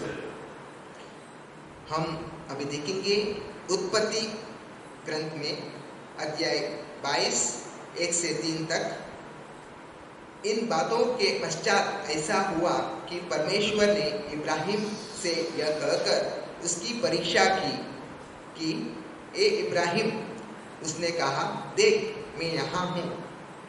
उसने कहा, अपने पुत्र को अर्थात अपने एकलौते पुत्र इसहाक को, जिससे तुम प्रेम रखता है, संग लेकर मोरिया देश में चला जा और वहाँ उसको एक पहाड़ के ऊपर, जो मैं तुझे बताऊंगा, ओम बलि करके चढ़ा। ನಾವು ನೋಡ್ತೇವೆ ಇಲ್ಲಿ ದೇವರು ಅಬ್ರಹಾಮನ ನಂಬಿಕೆಯನ್ನು ಪರೀಕ್ಷೆ ಮಾಡುವುದರೊಳಗೆ ಅಬ್ರಹಾಮನಿಗೆ ಆ ಬುದ್ಧಿ ಪ್ರಾಯದಲ್ಲಿ ಕೊಟ್ಟ ಒಬ್ಬನೇ ಮಗನನ್ನು ದೇವರು ಸ್ಯಾಕ್ರಿಫೈಸ್ ಮಾಡಿ ಕಳ್ತಾನೆ. ಆವಾಗ ಅಬ್ರಹಾಮನು ದೇವರಿಗೆ ಪ್ರಶ್ನೆ ಕೇಳುವುದಿಲ್ಲ, ದೇವರಿಗೆ ಗುಣಗುಟ್ಟುವುದಿಲ್ಲ, ತಡವೂ ಮಾಡಲ್ಲ, ಇಮಿಡಿಯೇಟ್ ಕ್ವಿಕ್ ಆಕ್ಟ್ ಮಾಡ್ತಾನೆ. ತನ್ನ ಮಗನನ್ನು ಕರೆದುಕೊಂಡು ದೇವರಿಗೆ ಹೇಳಿದ ಕೆಲಸಕ್ಕೆ ಸ್ಯಾಕ್ರಿಫೈಸ್ ಮಾಡಲಿಕ್ಕೆ ಹೋಗುತ್ತಾನೆ. यहाँ हम देखते हैं, जब परमेश्वर ने इब्राहिम को आज्ञा दी कि वे उनके पुत्र को बलि में चढ़ाए, तभी इब्राहिम हचकने गए। हम जानते हैं कितने बरस के बाद उनको पुत्र देन हुआ, लेकिन जब परमेश्वर ने यह होम बलि के लिए उसे आज्ञा दी, उन्होंने उस आज्ञा को स्वीकार किया। ನೀವು ಅಬ್ರಹಾಮನಿಗೆ ಆಶೀರ್ವಾದ ಬೇಕಾದ್ರೆ ಅಬ್ರಹಾಮನ ಆಜ್ಞೆ ನಂಬಿಕೆಯಲ್ಲಿ ಎಷ್ಟೇ ಕಷ್ಟ ಇರಬಹುದು, ಆದರೆ ಅಬ್ರಹಾಮನಿಗೆ ತುಂಬಾ ಕಷ್ಟವಾದ ಸಂಗತಿ, ತುಂಬಾ ದುಃಖವಾದ ಸಂಗತಿ, ಆದರೂ ದೇವರ ಮೇಲಿನ ಪೂರ್ಣ ಪ್ರೀತಿ ಅವನಿಗೆ ದೊರೆತಾಗೆ ಆತನ ಮಗನನ್ನು ಸ್ಯಾಕ್ರಿಫೈಸ್ ಮಾಡಲಿಕ್ಕೆ ಅವನ ಹಿಂದೆ ಇಲ್ಲ. प्यारे, आपको भी इब्राहिम जैसा आशीर्वाद प्राप्त करना हो तो आपको भी इब्राहिम का जो आत्मविश्वास है उसे आपको जताना होगा आपके अंदर, तभी ही आपको उसे प्राप्त हुआ आशीर्वाद आपको प्राप्त हो सकता है। ಅದಕ್ಕೋಸ್ಕರ ಅವನು ನಂಬಿಕೆ ವೀರನಾದ, ನಂಬಿಕೆ ಇನ್ನೂ ಆಶೀರ್ವಾದ ಹೊಂದಿದನು. इस कारण के वजह से इब्राहिम उसके जीवित में इतना आशीर्वाद परमेश्वर से प्राप्त होने के लिए संभव हो गया। ಹಾಗಾದರೆ ಪ್ರಿಯರೇ, ನಿಮ್ಮ ಜೀವಿತದಲ್ಲಿ ಅಬ್ರಹಾಮನಿಗೆ ಆಶೀರ್ವಾದ ಬೇಕಿರುತ್ತದೆ. ದೇವರು ನಿಮಗೆ, ನೀವು ತುಂಬಾ ಪ್ರೀತಿ ಮಾಡುವಾಗ ಹಣ, ಆದರೆ ಟೈಪ್ ಆಫರಿಂಗ್, ಅದರ ಸ್ಯಾಕ್ರಿಫೈಸ್ ಆರ್ಮ್ಸ್ ದೇವರ ಆತ್ಮನು ನಿಮಗೆ ಕೇಳುವಾಗ ನಿಮ್ಮ ಆಟಿಟ್ಯೂಡ್ ಅಬ್ರಹಾಮನಿಗಿಂತ ಅಬ್ರಹಾಮನು ದೇವರ ಪ್ರಶ್ನೆ ಕೇಳಿಲ್ಲ, ಅವನು ಸ್ಯಾಕ್ರಿಫೈಸರ್ ಆಗಿ ತನ್ನ ಒಬ್ಬಳೆ ಮಾಡಲ್ಲ. ಆ ರೀತಿಯಲ್ಲಿ ನಿಮಗೆ ಫೈನಾನ್ಷಿಯಲ್ ಪ್ರಾಸ್ಪರಿಟಿ ನಿಮಗೆ ಬೇಕಾ, ಸಾಲದಿಂದ ಬಿಡುಗಡೆ ಬೇಕಾ, ನಿಮ್ಮ ಟೈಪ್ ಆಫರಿಂಗ್ ಮತ್ತು ಇನ್ನೊಂದು ಪಾರ್ಟ್ ಆರ್ಮ್ಸ್ ಸ್ಯಾಕ್ರಿಫೈಸ್ ಕೊಡುವುದಾದರೆ ದೇವರು ನಿಮ್ಮ ನಂಬಿಕೆ ನೋಡಿಕೊಂಡು ಅಬ್ರಹಾಮನ ಹಾಗೆ ನಿಮಗೆ ಆರ್ಥಿಕ ಸಮೃದ್ಧಿ ಕೊಡುವನಾಗಿದ್ದಾನೆ. प्यारे, अगर आपको भी आपके जीवन में वो जो भी चीज़ आपको बहुत अच्छा लगता है तो आप उसे त्याग करना जरूरी है। वो पैसा हो सकता है, समय हो सकता है, और जो भी हो आपको उसे सैक्रिफाइस करना होगा। जब आप उसे पूरा आप उसे त्याग करते हो, तभी आपके जीवित में जो आर्थिक परिस्थिति आप अच्छा सुधर जा सकता है, आप आर्थिक परिस्थिति आपकी अच्छी हो सकती है। लेकिन सबसे पहले आपको उस चीज़ों को आपको त्याग करना हो जिससे आप प्यार करते हो। आगे निಮಗೆ ಆತ್ಮಿಕವಾಗಿ ಅಭಿವೃದ್ಧಿ ಬೇಕಾ, ಬೇರೆ ವಿಷಯದಲ್ಲಿ ಕೌಟುಂಬಿಕವಾಗಿ ಅಭಿವೃದ್ಧಿ ಬೇಕಾ, ಲೌಕಿಕ ಅಭಿವೃದ್ಧಿ ಬೇಕಾ, ಹಾಗಾದರೆ ನಿಮಗೆ ಅತಿ ಪ್ರಿಯವಾದ ಒಂದು ಊಟ ಸ್ಯಾಕ್ರಿಫೈಸ್ ಮಾಡಿ ಹೇಳುವಾಗ, ಫಾಸ್ಟಿಂಗ್ ಮಾಡಿರುವಾಗ ನಿಮ್ಮ ಆಟಿಟ್ಯೂಡ್ ಹೇಗೆ ಉಂಟು ದೇವರು ನೋಡ್ತಾರೆ. ಪೂರ್ಣ ಪ್ರೀತಿಯಿಂದ ಫಾಸ್ಟಿಂಗ್ ಪ್ರೇಯರ್ ಮಾಡ್ತಿರೋ ದೇವರು ನಮಗೆ ನೋಡ್ತಾನೆ, ಆಗ ದೇವರು ನಿಮಗೆ ಆಶೀರ್ವಾದ ಮಾಡ್ತಾನೆ.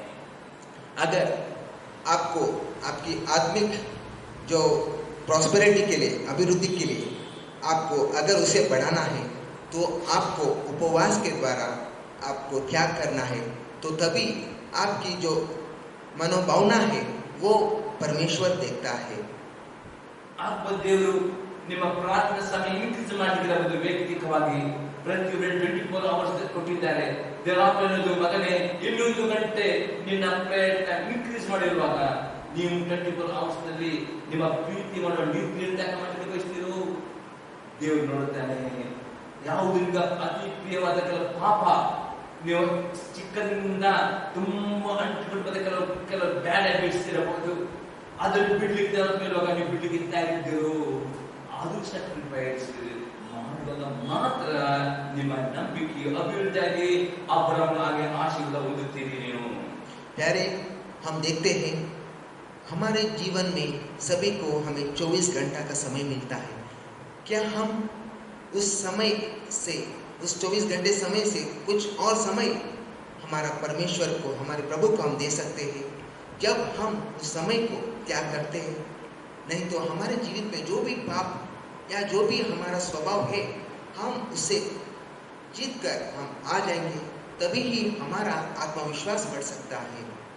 ಕೆಲವರು ತುಂಬಾ ಪ್ರಾರ್ಥನೆ ಮಾಡ್ತಾರೆ, ತುಂಬಾ ಉಪವಾಸ ಮಾಡ್ತಾರೆ, ದೇವ ನನ್ನ ಸಂಬಳವನ್ನು ಇನ್ಕ್ರೀಸ್ ಮಾಡು, ನನ್ನ ಸ್ಯಾಲರಿ ಡಬಲ್ ಮಾಡು, ನನ್ನ ಇನ್ಕಮ್ ಇನ್ಕ್ರೀಸ್ ಮಾಡು. ನೀವು ಪ್ರಾರ್ಥನೆ ಮಾಡಬಹುದು, ಉಪವಾಸ ಮಾಡಬಹುದು. ಅದೆಷ್ಟು ತನಕ ನಿಮ್ಮ ಟೈಮ್ ಆಫರಿಂಗ್ ಅದಕ್ಕೆ ಎಕ್ಸ್ಟ್ರಾ ಸ್ಯಾಕ್ರಿಫೈಸ್ ಆಗಿ ನೀವು ಕೊಡುತ್ತೀರೋ ಆವಾಗ ಮಾತ್ರ ದೇವರು ನಿಮ್ಮ ಫೈನಾನ್ಸ್ ನಲ್ಲಿ ನಿಮ್ಮ ಸ್ಯಾಲರಿ ಡಬಲ್ ಮಾಡಬಹುದು, ಇನ್ಕಮ್ ಇನ್ಕ್ರೀಸ್ ಮಾಡಬಹುದು, ನಿಮ್ಮ ಆಶೀರ್ವಾದ ಹೆಚ್ಚಿಸಬಹುದು.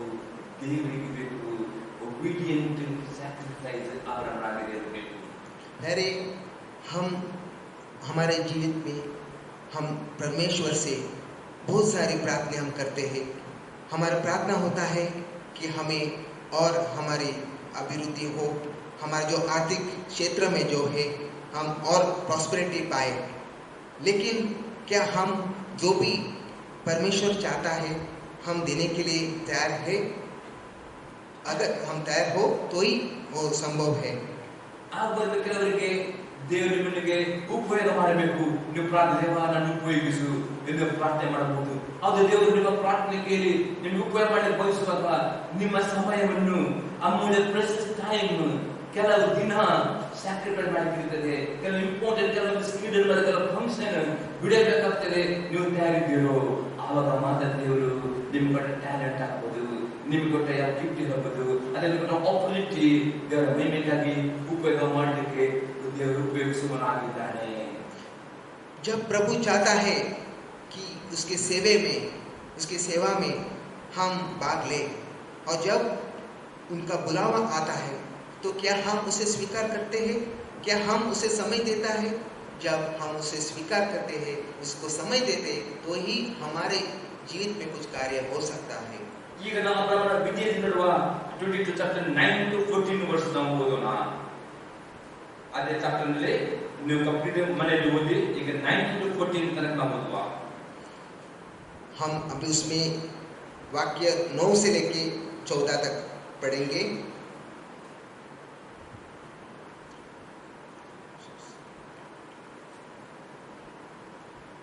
इसाक ने अपने पिता इब्राहिम से कहा, हे मेरे पिता. उसने कहा, हे मेरे पुत्र, क्या बात है?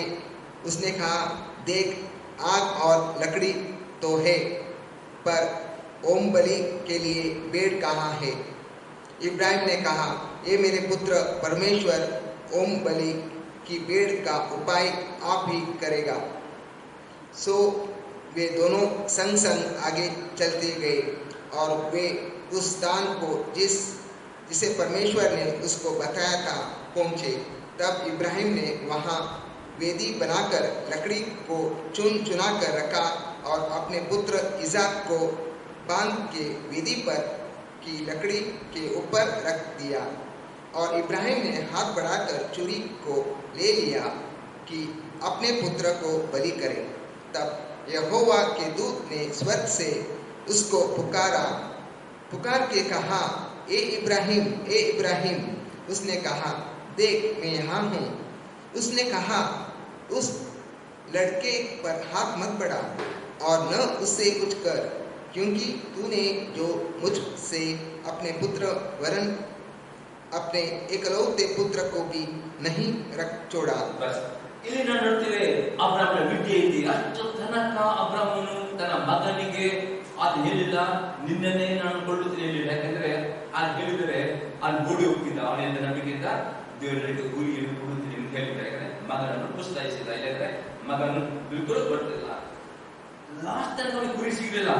ಅವನು ಆ ಕಟ್ಟಿಗೆ ಮಾಡಿಕೊಂಡು ಮಗನ ಕಾಲುಗಳನ್ನು ಕಟ್ಟಿ ಚೂರಿ ಆ ತಲವಾರು ಎತ್ತಿ ಹಾಕುವ ತನಕ ಅವನ ವಿದ್ಯೆಯನ್ನು ದೇವರು ನೋಡುತ್ತಾರೆ. ಇದು ಪ್ರಿಯ ದೇವಜನರೇ, ನಿಮ್ಮ ವಿದ್ಯೆಯಲ್ಲಿ ದೇವರು ಅವನನ್ನು ನೋಡುವ ಕಡೆ ತನಕ ದೇವರು ನೋಡುತ್ತಾನೆ. ನೀವು ಪೂರ್ಣವಾಗಿ 100% ನಿಮ್ಮ ಟೈಮ್ ಅಥವಾ ಉಪವಾಸ ಮಾಡಿದ್ರೆ ನಿಮ್ಮ ಊಟ, ನೀವು ಹಣ, ಅದರ ಬ್ಯಾಡ್ ಹ್ಯಾಬಿಟ್ ಏನು ಟೋಟಲ್ 100% ಸ್ಯಾಕ್ರಿಫೈಸ್ ಮಾಡುತ್ತಿರೋ ಮತ್ತೆ ದೇವರು ನೋಡುತ್ತಾನೆ. ಅಲ್ಲಿ ದೇವರು ನೋಡಿ ಅವನಂದ್ರೆ ಈಗ ಗೊತ್ತಾಯ್ತು ನಿನಗೆ ದೇವರಲ್ಲಿದ್ದ ಭಯಭಕ್ತಿ ಎಂಬುದಾಗಿ.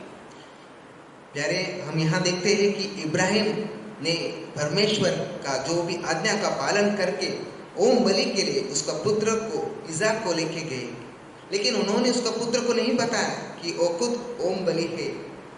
उसने उसे विधि बनाकर, लकड़ी बनाकर उस पर सुलवाया और चूरी लेकर उस पर वार करने के लिए ऊपर जब उन्होंने हाथ किया, तभी परमेश्वर ने आवाज़ दी और उन्होंने कहा कि मैं तुम्हारा पूर्ण आत्मविश्वास, जो पूर्ण जो भी मुझे पर विश्वास है, मैंने वो विश्वास तुम्हारे अंदर मैंने देखा है और मैं आपसे प्रसन्न हूँ. ಅಲ್ಲಿ ನಾವು 13ನೇ ವಾಕ್ಯ ನೋಡ್ತೇವೆ. ಅಲ್ಲಿ ಅಬ್ರಾಮನ ಕಣ್ಣಲ್ಲಿ ನೋಡುವಾಗ ಅಲ್ಲಿ ಅವನೊಂದು ಟಗರು ನೋಡುತ್ತಾನೆ. ಅಲ್ಲಿ ಅವನು ಯೆಹೋವ ಈರೆ, ಯೆಹೋವ ಜೈರಾ, ಈಗ ಪ್ರೊವೈಡರ್ ಎಂಬುದಾಗಿ ಆಜ್ಞೆ ಹೇಳುತ್ತಾನೆ. ದೇವರ ಅವನ ಮಗನಿಗೆ ಬದಲಾಗಿ ಒಂದು ಕುರಿಯನ್ನು, ಟಗರನ್ನು ದೇವರು ಕೊಡುತ್ತಾನೆ ಸ್ಯಾಕ್ರಿಫೈಸ್ ಮಾಡಲಿಕ್ಕೆ. ಆಗದೆ ಪ್ರಿಯರೇ, ಯಾವಾಗ ಪೂರ್ಣ ಸ್ಯಾಕ್ರಿಫೈಸ್ ಮಾಡುತ್ತಿರೋ ಆವಾಗ ದೇವರು ಮಿರಾಕಲ್ ಮಾಡ್ತಾನೆ. ನಿಮ್ಗೆ ಏನು ಬೇಕು ಅದರ ಮಿರಾಕಲ್ಸ್ ದೇವರು ನಿಮ್ಗೆ ಕೊಡುವನಾಗಿದ್ದಾನೆ. ಈ ರೀತಿ ನಿಮ್ಮ ಒಬಿಡಿಯನ್ಸ್ ಮತ್ತು ಸ್ಯಾಕ್ರಿಫೈಸ್ ಫೇತ್ ಆಕ್ಟ್ ಆಗುವಾಗ ಮಾತ್ರವೇ ನಿಮ್ಮ ನಂಬಿಕೆಯಲ್ಲಿ ಮಿರಾಕಲ್ ಆಗ್ತದೆ. प्यारे, हम यहाँ देखते हैं उस ओम बलि के लिए परमेश्वर ने इब्राहिम को एक मेढ़ा, उसका सींगो एक झाड़ी में बुझ हुआ था और उस मेढ़ा को उन्होंने ओम बलि के लिए इब्राहिम को दिया, चढ़ाने के लिए ओम बलि को, और इब्राहिम ने उस दान का नाम यहोवा हीरे रखा. तो यह परमेश्वर का प्रसन्नता जो है उनके प्रवादी के ऊपर, इब्राहिम के ऊपर, वो हम यहाँ देखते हैं. ಈಗ ನಾವು 8ನೇ ಪಾಯಿಂಟ್ ನೋಡ್ತೇವೆ, ಅಧೀನತೆ. हम अभी 8वां पॉइंट देखते हैं, अपने आप को अधीन करना. मत्ती चैप्टर 8 वर्स 5 to 10. प्रेरितों के काम 8 chapter Matthew 8 5 to 10. Matthew chapter 8 verse 5 to 10. मत्ती अध्याय 8 वाक्य 5 से लेके 10 तक. और जब वहाँ कफरनहूम में आया तो एक सूबेदार ने उसके पास आकर उससे विनती की कि हे प्रभु, मेरा सेवक घर में जोले का मारा बहुत दुखी पड़ा है. उसने उससे कहा, मैं आकर उसे चंगा करूँगा. सूबेदार ने उत्तर दिया कि हे प्रभु, मैं इस योग्य नहीं कि तू मेरी छत के तले आए, पर केवल मुख से कह दे तो मेरा सेवक चंगा हो जाएगा. क्योंकि मैं भी पराधीन मनुष्य हूँ और सिपाही मेरे हाथ में है, और जब तक से एक से कहता हूँ जा, तो वह जाता है, और दूसरे को कि आ, तो वह आता है, और अपने दास से कहता हूँ कि यह कर, तो वह करता है। यह सुनकर यीशु ने अचंभा किया, और जो उसके पीछे आ रहे थे उनसे कहा, मैं तुमसे सच कहता हूँ कि मैंने इस्राएल में भी ऐसा विश्वास नहीं पाया। ನಾವು ನೋಡ್ತೇವೆ ಆ ಸತತೆ ಪ್ರತಿ ಯೇಸು ಕ್ರಿಸ್ತನ ಬರ್ತಾನೆ ಆಳಿಗೆ ಪ್ರಾರ್ಥನೆ ಮಾಡಲಿಕ್ಕೆ ಬರಬೇಕು ಕೇಳುವಾಗ ಅಲ್ಲಿ ಯೇಸು ಕ್ರಿಸ್ತ ನಾನು ಬರ್ತೇನೆ ನನ್ನ ಮನೆಗೆ ಬಂದು ಪ್ರಾರ್ಥನೆ ಮಾಡಿ ಹೇಳುವಾಗ ಆ ಸತತದಲ್ಲಿ ನನ್ನ ಮನೆಗೆ ಬರುತ್ತದೆ ಬೇಡ, ನೀನು ಬರೆದು ಮಾತು ಹೇಳಿದ್ರೆ ಸಾಕು ಎಂಬುದಾಯ್ತಾನೆ. ಯಾಕೆಂದ್ರೆ ಸತತೆ ಪ್ರತಿ ಗೊತ್ತಿದ್ದು ಯೇಸು ಕ್ರಿಸ್ತನಿಗೆ ಪೂರ್ಣ ಅಧಿಕಾರ ಉಂಟು ರೋಗದ ಮೇಲೆ, ಸೈತಾನನ ಮೇಲೆ, ಪಾಪದ ಮೇಲೆ ಯೇಸು ಪೂರ್ತಿ ಅಧಿಕಾರ ಉಂಟು. ಆತನ ಬರೆಯುವುದು ಮಾತಿನಲ್ಲಿ ಸಾಕು ರೋಗವು ಗುಣವಾಗ್ತದೆ ಎಂಬುದಾಗಿ ಸತತದಲ್ಲಿ ನಂಬಿದನು. यह हम देखते हैं कि सूबेदार ने यीशु मसीह को विनती की कि वे वहाँ से ही उनके दास को चंगा करे, क्योंकि वे जानते थे कि यीशु मसीह जो है उससे पूरा अधिकार है चंगाई करने के लिए, बीमारी के ऊपर उससे पूरा अधिकार है। और इसलिए वो सूबेदार ने यीशु मसीह को विनती की कि आप यहाँ से आप चंगा कर सकते हैं। ಅಷ್ಟೇ ಆತನು ಹೇಳ್ತಾರೆ ತಾನು ಸಹ ಯಜಮಾನನಿಗೆ ಅವನಿದ್ದಾನೆ, ನಾವು ಸಹ 9ರ ವಾಕ್ಯದಲ್ಲಿ ನಾವು ಸಹ ಮತ್ತೊಬ್ಬರ ಕೈಯಲ್ಲಿ ಇದ್ದಿರುವವನು ನನ್ನ ಕೈಯಲ್ಲಿ ಸಿಪಾಯಿಗಳಿದ್ದಾರೆ, ನಾನು ಅವನೊಬ್ಬನಿಗೆ ಹೋಗುವುದೆಂದು ಹೋಗ್ತಾನೆ, ಮತ್ತೊಬ್ಬನಿಗೆ ಬಾಳಿದೆ ಬರುತ್ತಾನೆ, ನನ್ನ ಹಾಲಿಗೆ ಇಂತಿದ್ರು ಮಾಡುವುದು ಹೇಳಿದರೆ ಮಾಡುತ್ತಾನೆ ಅಂದನು. ಯೇಸುವಿನ ಕೇಳಿ ಆಶ್ಚರ್ಯಪಟ್ಟು ತನ್ನಂತೆ ಬದುಕುವವರಿಗೆ ಎಂತ ದೊಡ್ಡ ನಂಬಿಕೆಯನ್ನು ಇದರಲ್ಲಿ ಕಾಣುವುದರಿಂದ ಸತ್ಯವಾಗಿ ಹೇಳುತ್ತೇನೆ. ಇದನ್ನು ನೋಡ್ತೇವೆ. ಆ ಸತ್ಯದ ಪ್ರತಿಸ್ತಾ ಇದ್ದಾನೆ, ನಾನು ಸಹ ತನ್ನ ಮಾಸ್ಟರ್ ತನ್ನ ಯಜಮಾನಿಗೆ ನಾನು ಸಬ್ಮಿಷನ್ ಆಗಿದ್ದೇನೆ, ನನ್ನ ಕಡೆಗೆ ಸಹ ಕೆಲವು ಅಧಿಕಾರಿಗಳಿಗೆ ಅವರು ಸಬ್ಮಿಟ್ ಆಗಿದ್ದಾರೆ ಎಂದು ಹೇಳುವಾಗ ಯೇಸುತ್ತಾನೆ, ನಿನ್ನ ದೊಡ್ಡ ನಂಬಿಕೆ ಉಂಟು, ನಿನ್ನ ನಂಬಿಕೆ ನನಗೆ ಗುಣವಾಗ್ತದೆ ಆಯ್ತದೆ ಅಂತ. ಅದರಲ್ಲಿ ಸಬ್ಮಿಷನ್ ಇಸ್ ವೆರಿ ಇಂಪಾರ್ಟೆಂಟ್. ಒಬ್ಬೊಬ್ಬರಿಗೆ ಅಧೀನರಾಗುವಾಗ ನಮ್ಮ ನಂಬಿಕೆ ದೊಡ್ಡ ನಂಬಿಕೆ ಆಗ್ತದೆ, ಅಲ್ಲಿ ಮಿರಾಕಲ್ ಆಗ್ತದೆ. हम देखते हैं कि सूबेदार ने यीशु मसीह को किस स्पष्टता में कहा कि प्रभु मेरे वहाँ भी मेरे ऊपर जो है मेरे मालिक है, उसी तरह मेरे नीचे जो भी है मेरे सेवक है, और मैं जानता हूँ अगर मैं मेरे सेवक को एक बार आज्ञा दे देता हूँ तो वह करता है, वो सब काम हो जाता है। तो यह देखकर प्रभु मसीह चकित हो गए, और उन्होंने कहा कि सचमुच उन्होंने इज़राइल के जो लोग था पीछे से आ रहे थे उन्हें कहा कि सचमुच ऐसा विश्वास मैंने अब तक इस देश में नहीं देखा। ಈಗ 9ನೇ ಪಾಯಿಂಟ್ ನೋಡ್ತೇವೆ, ನಿರಂತರವಾಗಿ ದೇವರನ್ನು ಸ್ತುತಿಸುವವರು ಆಗಬೇಕು. हम अभी 9वां पॉइंट देखते हैं कि प्रभु की नित्य स्तुति करें। प्रभु की नित्य स्तुति करना जरूरी है। Romans 4:17 ನಿಂದ 22 ತನಕ. रोमियो अध्याय 4 वाक्य 17 से लेके 22 तक जैसा लिखा है कि मैंने तुझे बहुत सी जातियों का पिता ठहराया है, उस परमेश्वर के सामने जिस पर उसने विश्वास किया और जो मेरे हुए को जिलाता है, और जो बातें है ही नहीं उनका नाम ऐसा लेता है कि मानो वे है। उसने निराशा में भी आशा रखकर विश्वास किया, इसलिए कि उस वचन के अनुसार कि तेरा वंश ऐसा होगा, वह बहुत सी जातियों का पिता हो। और वहाँ जो 100 वर्ष का था, अपने मेरे हुए से शरीर और सारा के गर्भ की मरी हुई किसी दशा जानकर भी विश्वास में निर्बल न हुआ, और न अविश्वासी होकर परमेश्वर की प्रतिज्ञा पर संदेह किया, पर विश्वास में दृढ़ होकर परमेश्वर की महिमा की, और निश्चय जाना कि जिस बात की उसने प्रतिज्ञा की है वह उसे पूरी करने को भी सामर्थ्य है, इस कारण यह उसके लिए धार्मिकता गिन गया। ಇಲ್ಲಿ ನೋಡ್ತೇವೆ ಅಬ್ರಹಾಮನು ಯಾವ ಸನ್ನಿವೇಶ ನೋಡಲಿಲ್ಲ, ಯಾವ ಸಮಸ್ಯೆ ನೋಡಲಿಲ್ಲ, ಕಂಟಿನ್ಯೂಸ್ ಆಗಿ ಅವರ ಪ್ರಾರ್ಥನೆಗೆ ಉತ್ತರ ಬರೋ ತನಕ, ಮಿರಾಕಲ್ ಆಗೋ ತನಕ ದೇವರನ್ನು ಸ್ತುತಿಸಿದನು. ಹಾಗೆ ಪ್ರಿಯರೇ, ನಿಮ್ಮ ಜೀವಿತದಲ್ಲಿ ಅಬ್ರಹಾಮನ ಹಾಗೆ ಮಿರಾಕಲ್ ಆಗಬೇಕಾ, ಪ್ರಾರ್ಥನೆ ಬರಬೇಕಾ, ದೇವರ ವಾಗ್ದಾನ ನೆರವೇರಬೇಕಾ?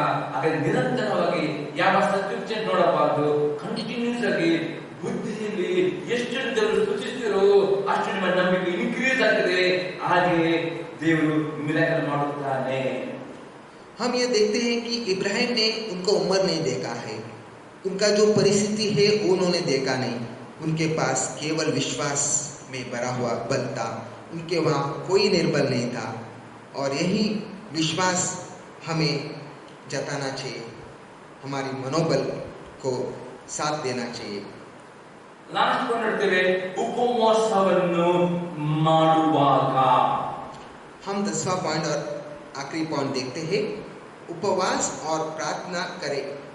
उपवास और प्रार्थना करें। ಅದಕ್ಕೆ ಮಾರ್ಕ್ ಚಾಪ್ಟರ್ 9:29 ಈಗ ಓದುವುದು ಬೇಡ, ನೀವು ಓದಿರಿ ಮನೆಯಲ್ಲಿ. ಮಾರ್ಕ್ ಗಾಸ್ಪಲ್ ಚಾಪ್ಟರ್ 9:29 ಅಲ್ಲಿ ಯೇಸು ಹೇಳಿದ್ದಾರೆ, ಈ ಜಾತಿಯು ಉಪವಾಸ ಪ್ರಾರ್ಥನೆಯಿಂದ ಹೊರತು ಬಿಟ್ಟು ಹೋಗುವುದಿಲ್ಲ. ಅಂದ್ರೆ ಅರ್ಥ ಅಪನಂಬಿಕೆ ಎಂಬ ದೊಡ್ಡ ದುರಾತ್ಮ ಅದು ಬಿಟ್ಟು ಹೋಗಬೇಕಾದ್ರೆ ನೀವು ವಾರ ಅಟ್ಲೀಸ್ಟ್ 1 ದಿನವಾದರೂ 2 ದಿನವಾದರೂ ಆ ದೇವರನ್ನು ನಡೆಸಿದ್ರೆ 7 days 14 days sometimes 21 days sometimes 40 days ಪಾಠ ಮಾಡೋದು ಅತಿ ಅಗತ್ಯವಾಗಿದೆ. हम मत्ती 17 अध्याय ಮಾರ್ಕ್ 9:29 मार्क 9:29 मार्क जो अध्याय 9 अध्याय 9 और वाक्य 29 में देखते हैं कि यीशु ख्रिस्त ने उनके शिष्यों को कहा कि जो भी दुष्ट आत्मा है वो केवल वैसा ही साधारण तरह से नहीं जा सकता है, उस दुष्ट आत्मा को जाना है तो केवल उपवास और प्रार्थना करके जा सकता है।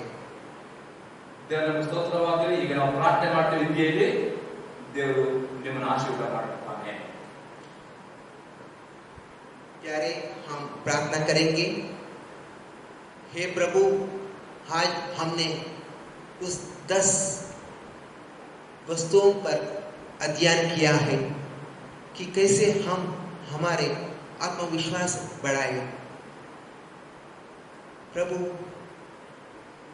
आपके बच्चे हम सब आपको स्वीकार करते हैं, आपकी वचन को स्वीकार करते हैं, आपकी वचन को हम पढ़ते हैं, लेकिन हो सकता है हम इस भूमि में जब हम रहते हैं हमारे यहाँ हमारी कमीपन होता है, क्योंकि हम कभी कभी शरीर के अनुसार हम जीते हैं।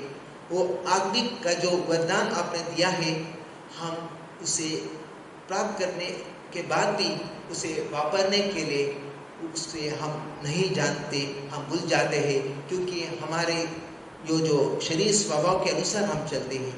आज हम आपके आगे हम प्रार्थना करते हैं कि प्रभु हमें वो बल देना, उस बल से जिन्होंने हमारे जीवित में उस पवित्र आत्मा को दिया है उसे हमें पूरी तरह से उसके द्वारा जीने के लिए हमें सहायता दे करें, और इसी मनोबल से हम इस भूमि में हम आपकी इंतज़ार करें, और हम आपकी आप में जो आत्मविश्वास है उस आत्मविश्वास के द्वारा हम आपके आने का इंतज़ार करते हुए जब आप आओगे हमारे यहाँ हमारे शरीर में कोई दोष न हो, ऐसे हम प्रार्थना करते हैं। यीशु ख्रिस्त के नाम पे हम प्रार्थना करते हैं। आमीन।